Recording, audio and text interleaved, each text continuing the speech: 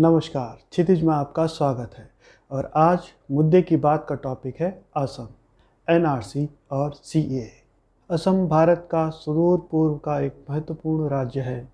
इसकी सीमा उत्तर में भूटान और दक्षिण में बांग्लादेश से मिलती है।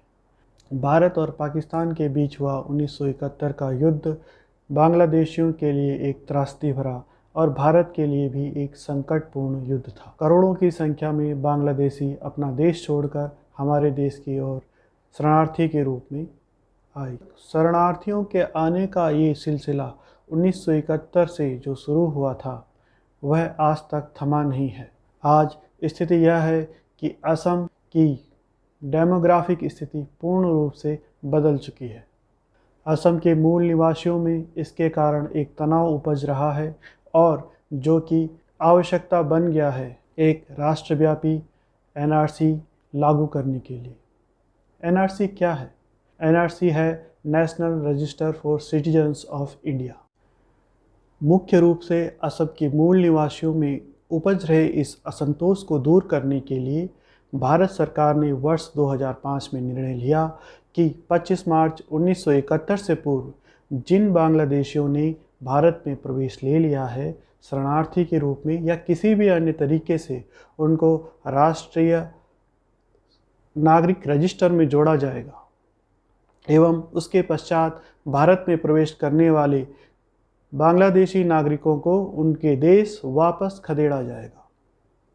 इसे हम असम समझौते के नाम से भी जानते हैं, जो वर्ष 1985 में अखिल असम छात्र संघ और भारत सरकार के बीच में संपन्न हुआ था। हाल ही में असम में राष्ट्रीय नागरिक रजिस्टर की एक अंतिम सूची जारी की गई है, जिसमें लगभग 40 लाख लोग सूची से बाहर रह गए हैं।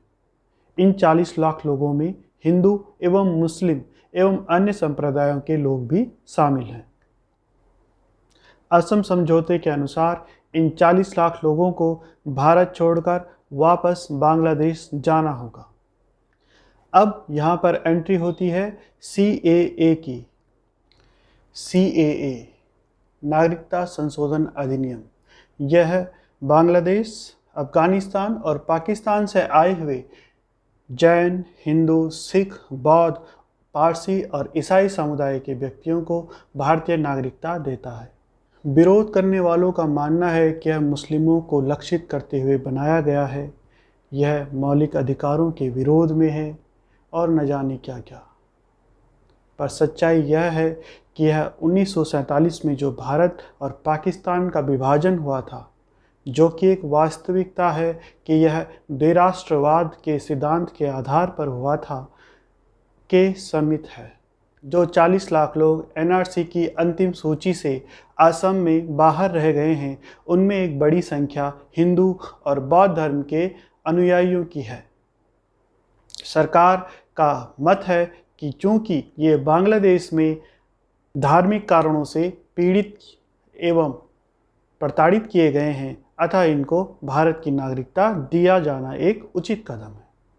मेरा व्यक्तिगत रूप से मानना है कि सीएए और एनआरसी वास्तविक रूप से 1947 में जो हिंदू, बौद्ध, सिख धर्म के अनुयायियों के साथ अन्याय किया गया था, उसकी क्षतिपूर्ति का एक प्रयास मात्र है।